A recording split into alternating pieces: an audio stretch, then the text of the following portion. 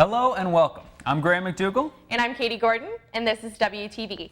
Our crew and reporters have braved some pretty nasty weather this week to bring you some really great stories. That's right, but we got something for everyone, from dinosaurs to storm day treats. But before that, let's check in with Artan Abazi with this week's news. Artan? Thank you, Graham and Katie. A Halifax mosque is trying to encourage men from different ethnic backgrounds to register with Canada's Stem Cell Network.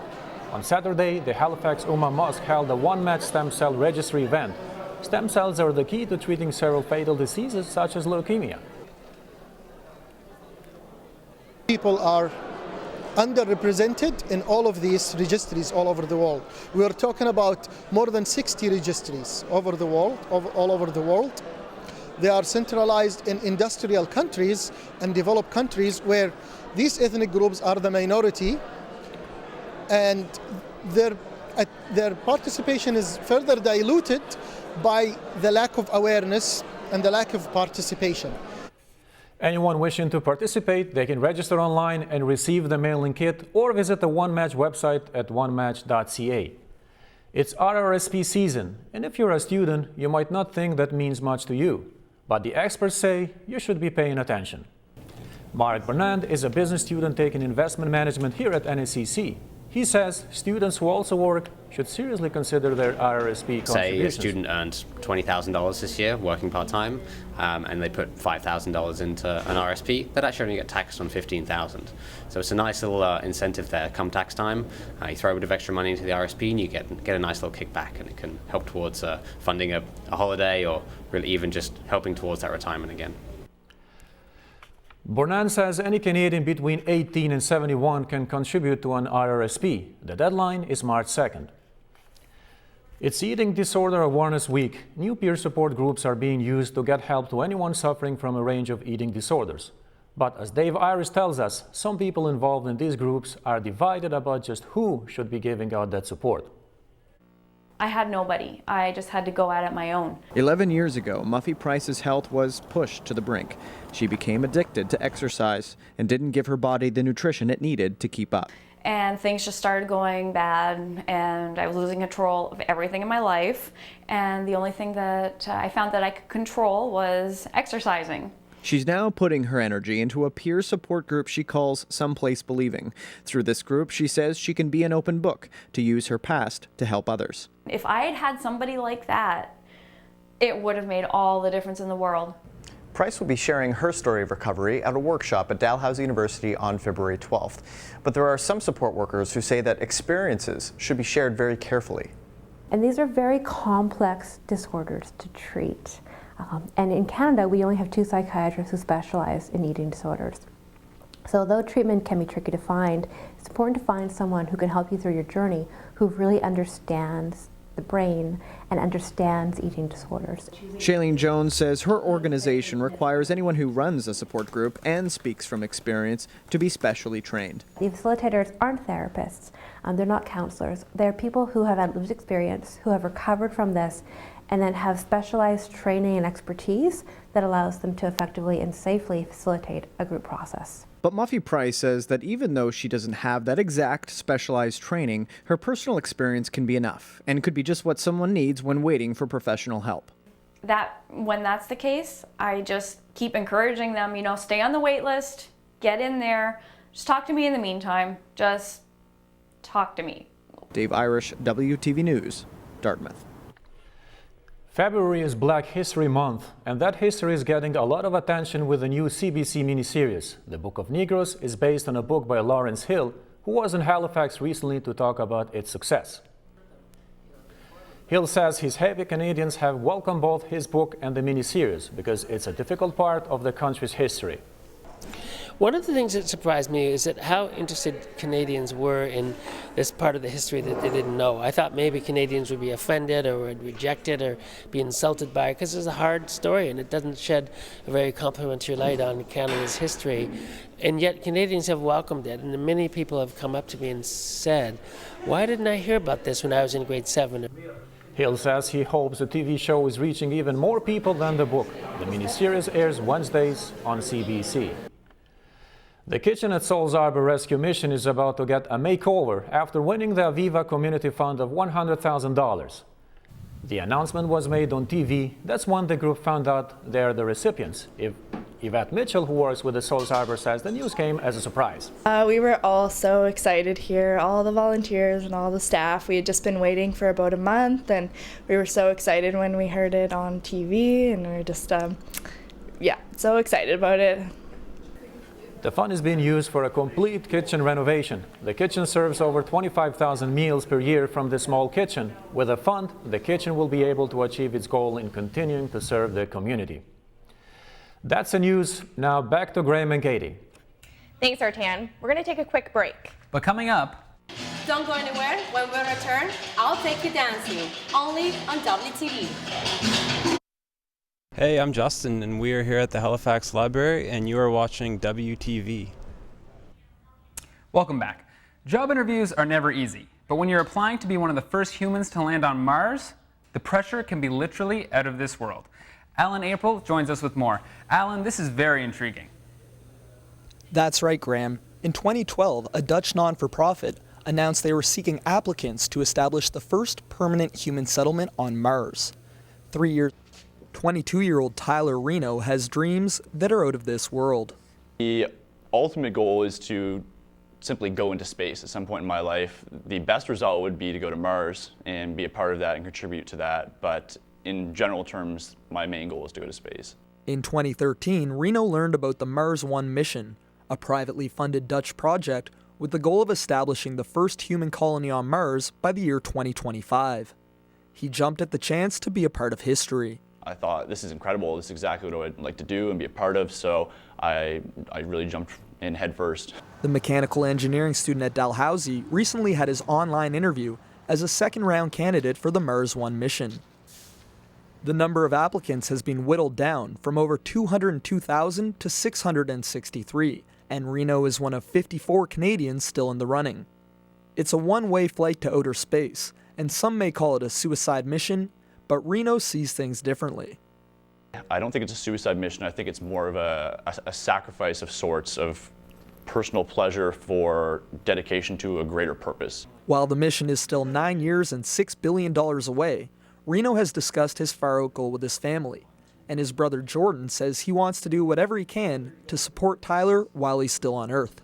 I don't really want to think about it too much because, it could be upsetting to say goodbye to him, or have to go through that, but I'm just trying to be there for him right now whenever he needs me. In the meantime, Reno is also the founder of Open Space Orbital Incorporated, which aims to send rockets into space from right here in Nova Scotia, specifically Alder Point, Cape Breton. No Canadian group has ever successfully developed a rocket and placed it into orbit. So not only do we have that motivation of filling a gap within the industry, but we also have that motivation of progressing Canada forward in that way and really making history. Mars One says they are looking for applicants who possess intelligence, knowledge, adaptability, and personality. And Tyler will soon know whether or not his dream could become a reality. He expects to hear back from Mars One by February 16th on whether he's made the next step, full-time astronaut training. Back to you, Graham and Katie. Thanks, Alan. That was WTV's Alan April from the NSCC Waterfront Library. Now, Graham, word around the newsroom is you're a pretty good dancer. Well, I mean, I don't want to brag or anything, but yeah, if the right song's playing, I've been known to cut loose, sure. Okay, well, it looks like you're not the only one here who can shake it. This week, Marie Martelli hit up a local dance school in our weekly feature for your city.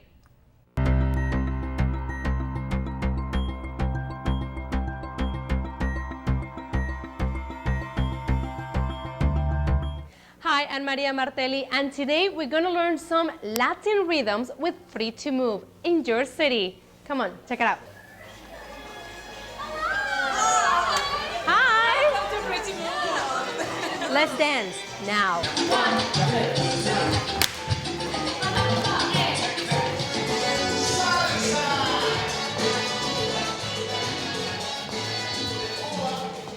3. I'm here with Bridget O'Quain. And she's gonna teach me something that I will put in practice afterwards, okay? So we're gonna do paseala. So back, cross, together. Back, cross, together. That wasn't as easy as it seems, I promise. Basic.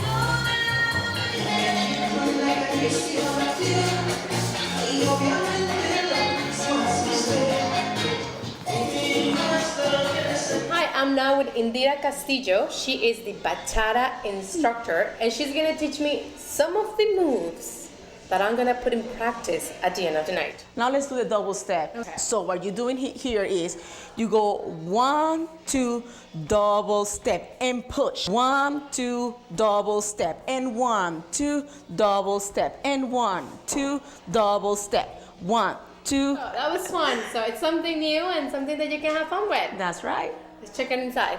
This is Andres Daujan, and he's from Cuba, and he'll be dancing with me. Perfect. So everything that I learned today, he'll help me to put it together. Are you ready?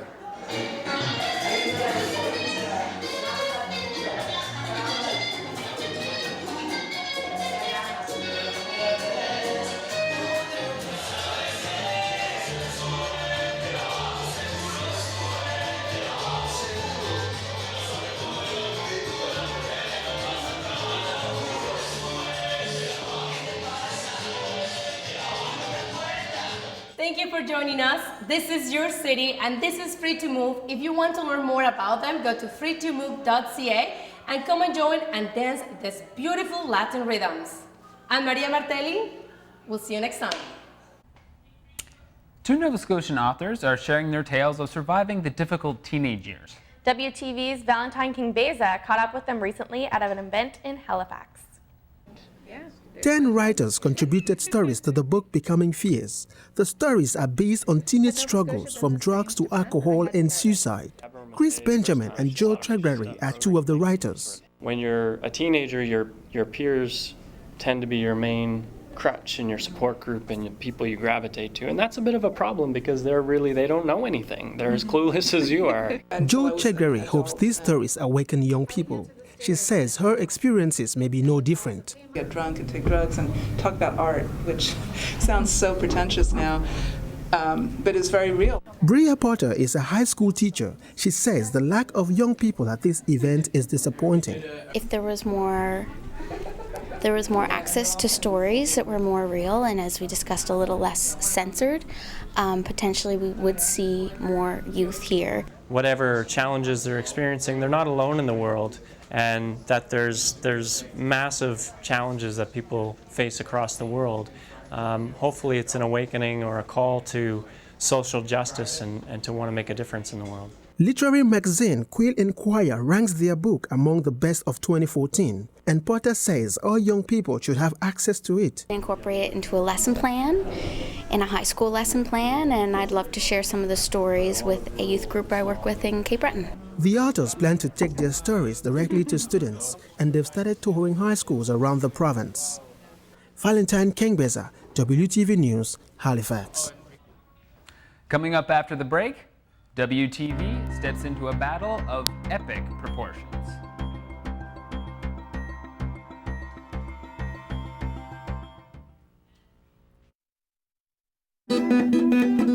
Oh, hey, I'm Matt Mays, and you're watching WTV. Welcome back. There is always something going on in our city. And our first-year RTA students are in the know. Here's Andreas Porras with more. Hi, I am Andreas Porras, and welcome to WTV's Entertainment. Catch Israeli film Zero Motivation at the Carbon Arc Cinema. It takes a humorous approach at what it's like to be a young woman in the Israeli army. It tackles everything from personality clashes to love of country. Check it out tomorrow at 7 p.m. David Miles performs at the Rebecca Cohn Friday and Saturday night at 7:30 with Symphony Nova Scotia. The Halifax-based singer-songwriter performed on the best-selling rap single, Inner Ninja. This event is available to all ages and tickets start at $30.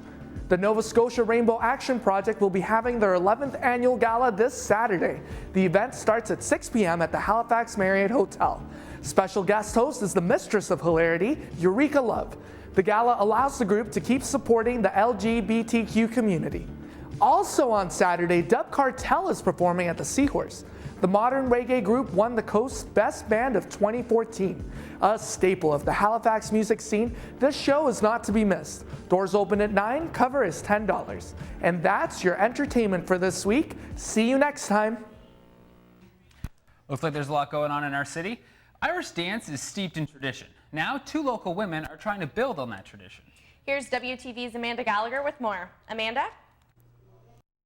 Thanks, Graham and Katie. Yes, 2 young women have opened their own Irish dance school. They say Irish dance has many benefits and should be as popular as other dance styles like jazz or ballet. Take a look.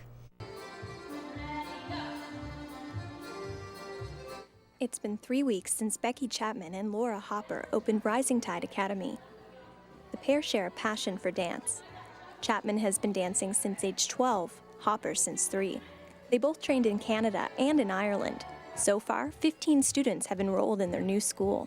The reception from the public, from students, from parents has been really positive, really overwhelming. We've had a really warm welcome by the Irish dance community and by Halifax as a whole. Brooke McKenzie has been Irish dancing for 10 years. She says she joined the new school because of the young, experienced instructors, and that Irish dance has taught her key life skills. It teaches you a lot of hard work and dedication. Like, nothing comes easy in dance, so it's really taught me that I need to just keep going and push forward, which will kind of transfer into everything I do in life, I think. Chapman and Hopper say they started the school with the intention that it would be around forever and would continue to grow. But they also want to see Irish dance grow in general. We'd like to do whatever we can to elevate the profile of Irish dance and then also create opportunities for dancers that are here now. So right now they can only compete once a year locally, so we'd like to work on getting more competitions here, maybe more workshop opportunities, that kind of thing. They already have much in the works. Rising Tide dancers will be performing at the St. Patrick's Day Parade and competing at the North American Irish Dance Championships in July and the Eastern Canadian Regional Championships in the fall. Thanks, Amanda. You know, that Celtic music really gets my toe tapping. I know, it really makes me want to break out my fiddle and play a ceilidh. Oh, that's right. I know you play fiddle. Yeah, I play fiddle too, actually. We'll have to do a duet. That sounds awesome. Like a lot of fun. You know, Katie, I recently saw that new Jurassic Park trailer.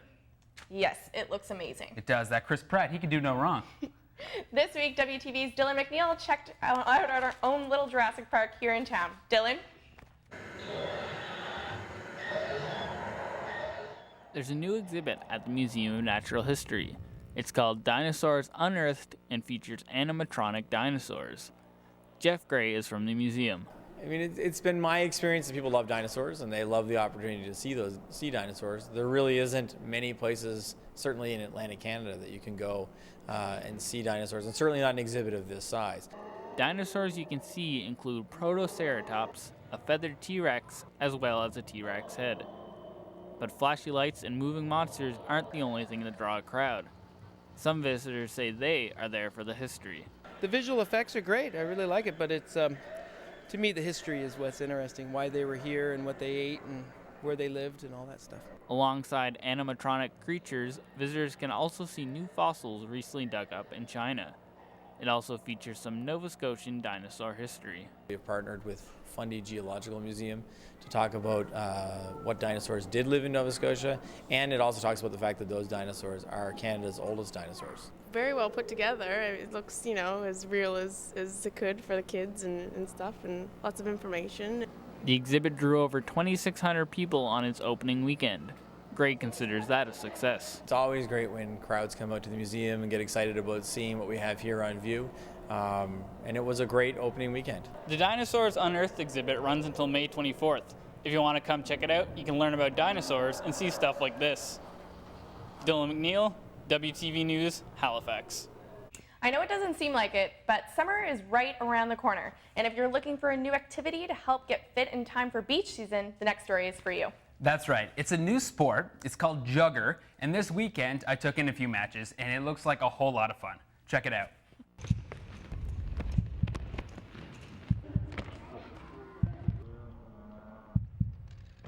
This is Jugger, the latest sport to land in Halifax.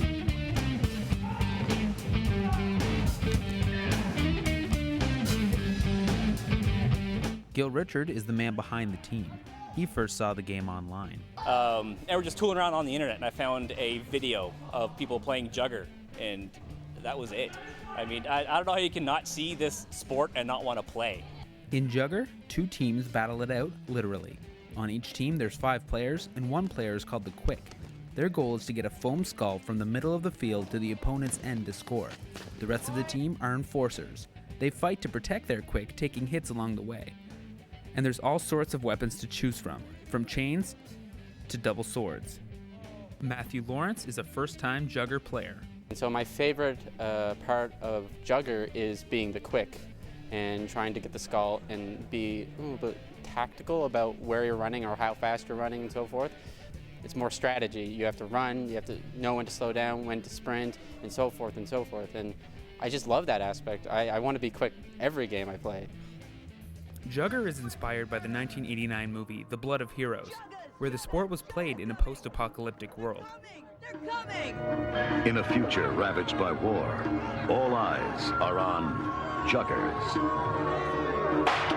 Outcast champions playing a game of survival. There are no outcasts at Halifax Jugger. Anyone can join, and Richard says it's a great way to stay fit. It's a ridiculous workout. One round consists of sprinting, and then you fight for a bit, and then you sprint some more, and then you sit down. So it's really kind of a high intensity interval type of sport, and it's a lot of fun. Richard says that so far the local reaction to Jugger has been positive. The easiest recruitment tool I found so far for Jugger is just putting a weapon in someone's hand. And you get like this revelation on their face and say, I'm supposed to hit someone with this, and that's it. That's when I know I own them. When most people are stocking up for a bad storm, they get the essentials: canned goods, batteries, and candles. But as WTV's Scott McCrae found out, there's a new storm day must. Lay's baked. Yeah, Doritos, sweet chili heat. Just plain. I'm a plain chip girl. It seems like everyone in Halifax is talking about chips. Storm chips. Yeah, so storm chips would be when you stock up on your favorite types of chips just for a stormy day when you're stuck inside and have nothing better to do. Gabrielle Gallant is the front store manager at Scotia Pharmacy on Gottingen Street, and also one of the tweeters for the store's popular Twitter account. She says #StormChips has meant big business for them. I feel like the chips have been flying off the shelves pretty steadily this winter. That's all thanks to CBC Main Street host Stephanie Domet, who popularized #StormChips last winter after sending out a tweet. And I posted a photo from the Main Street Twitter account that said, "Success, #StormChips." And much to my surprise and dismay, #StormChips became a thing. The blizzard of Maritimers tweeting about #StormChips even stumps its creator. No, I feel dumb because I have no insight into why it is a thing, to be honest. But as Monday's storm approached, Twitter and the streets of Halifax were abuzz again for the salty, crunchy treat. I already have storm chips I prepared from yesterday, so. Whether it's storm chips or storm brownies, it seems everyone has something to snack on when the weather gets rough. Scott McCrae, WTV News, Halifax. Well, I love stormy weather and I love chips, so combining the two makes a pretty enjoyable day for me. Yeah, same seats. It's a great combo. I just love it. Well, that's all the time for WTV this week. If you have any story ideas or you want to comment on anything you saw today, check us out at WTV Media on Facebook and Twitter. Instagram and Vine too. That's right. Take care and drive safely out there. Bye.